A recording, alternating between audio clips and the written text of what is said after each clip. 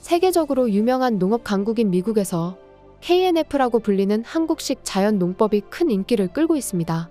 한국식 자연농법은 화학 비료를 사용하지 않고 토양에 있는 천연 미생물과 자연에서 나온 부산물만을 이용해 작물을 재배하는 과정인데요. KNF를 활용하는 미국 농업회사와 농장들이 계속해서 늘어나고 있다고 합니다. 쌀을 주식으로 섭취하는 나라는 아시아에 많아서 모두 아시아에서 재배된다고 오해하는 부분이 있는데요. 사실 쌀은 미국에서 많이 재배되고 있습니다. 그리고 우리 한국산 쌀은 가장 고급 쌀로 분류되어 판매되고 있습니다. 한국식 자연농법을 이용했다라고 하면 미국 소비자들에게는 건강한 농산물이자 친환경이라는 인식이 크게 작용해 이를 마케팅 용도로도 적극 홍보하고 있답니다. 미국의 대표적인 쌀 생산지는 캘리포니아주와 사우스캐롤라이나주인데요. 최근 미동부의 뉴저지주까지 포함하여 미국의 3대 쌀 생산 지역이라고 합니다.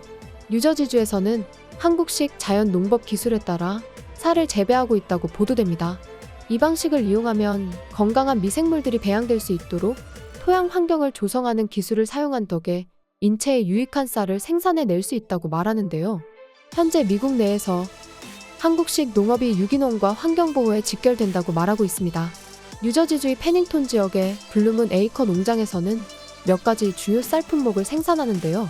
현미, 자포니카로 불리는 스시쌀, 블랙 엔텐이라 불리는 현미와 흑미 혼합 등을 재배한답니다. 또한 리조토와 파에야용으로 애용되는 이탈리안 쌀도 재배된다고 하네요. 블루문 에이커는 한국식 농법으로 키웠다는 점을 앞세워 홍보하고 있는데요.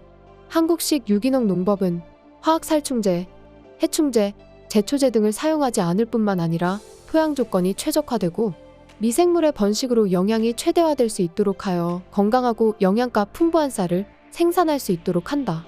매주 신선하게 도정되어 높은 질과 신선함을 유지하여 맛에도 차이를 보인다.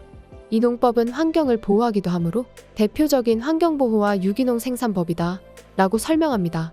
미국에서 대대로 농사를 지어온 농부들 중에 한국의 KNF 기술로 완전히 달라진 삶을 얻었다는 사람이 있습니다. 미국에서 대규모 마카다미아 너트 농장을 운영 중인 크리스 트럼프 씨의 사연입니다. 오코리아입니다. 몇 대째 가족과 함께 유기농법으로 농장을 운영해 왔습니다. 그런데 어느 날 갑자기 농장에 알 수 없는 악취가 나기 시작하더니 벌레떼들이 몰려오고 애지중지 키워온 마카데미아 나무가 죽어가기 시작했습니다. 그 결과 농작물을 수확하지 못하고 그나마 남아있던 작물들도 상태가 좋지 않아 그해 농사를 망치게 되었죠. 처음엔 어떻게든 되살려보려고 밤낮을 매달려 노력했습니다. 하지만 유기농을 유지하면서 벌레를 잡는 방법은 거의 없었죠. 미국 전역에서 약을 구해와 써봤지만 임시방편일 뿐이고 가격도 너무 비쌌습니다. 나무들이 죽어가자 애지중지 키워온 나무들을 모두 베어낼 수밖에 없었고 농장 사정도 어려워졌습니다. 그렇게 수년간 이뤄놓은 노력들이 물거품이 되어가던 중 하와이에서 농사 관련 세미나가 열리게 되어 참여하게 되었죠. 세미나에서 들었던 건 제가 기존에 쓰던 방식과는 정반대인 방법인 한국식 자연농법이라는 것이었습니다. 그 세미나에서 한국의 농부 한 분을 소개받게 되었습니다. 그분에게 저의 농장 사정에 대해 털어놓았습니다. 사정을 들은 그분은 우선 막걸리를 구해오세요 라고 하더군요. 그리고는 냄새나는 땅에 막걸리를 희석해서 뿌리라고 했습니다. 막걸리를 뿌리자 처음엔 더욱 고약한 냄새가 났습니다. 냄새가 너무 고약해서 이게 정말 맞는 방법인가? 의심이 될 정도였지만 조금 더 기다려보기로 했습니다. 시간이 지나자 신기하게도 냄새는 사라지고 마카다미아 너트 나무가 이전과는 달리 병에 걸리지도 않고 잘 자라기 시작했습니다. 너무나도 신기하더군요. 그리고 막걸리에 식초를 섞어서 3개월간 숙성시켜 유기산으로 만든 뒤 페트병째로 밭에 두면 빗물에 넘친 막걸리 유기산이 토양에 스며들어 병균의 전염을 막아준다는 것도 알게 되었어요. 더불어 여름철 햇볕이 내려질 때 막걸리 유기산은 증발을 만들어내 훈증 효과로 해충을 방제할 수 있다는 것도 배우게 되었습니다. 이후 그는 한국식 자연농법을 더 자세히 배우기 위해 한국에 오게 됩니다. 한국식 자연농법을 창시한 조한규 자연농법 연구원장을 만나 한국식 자연농법에 대해 전수받게 되었습니다.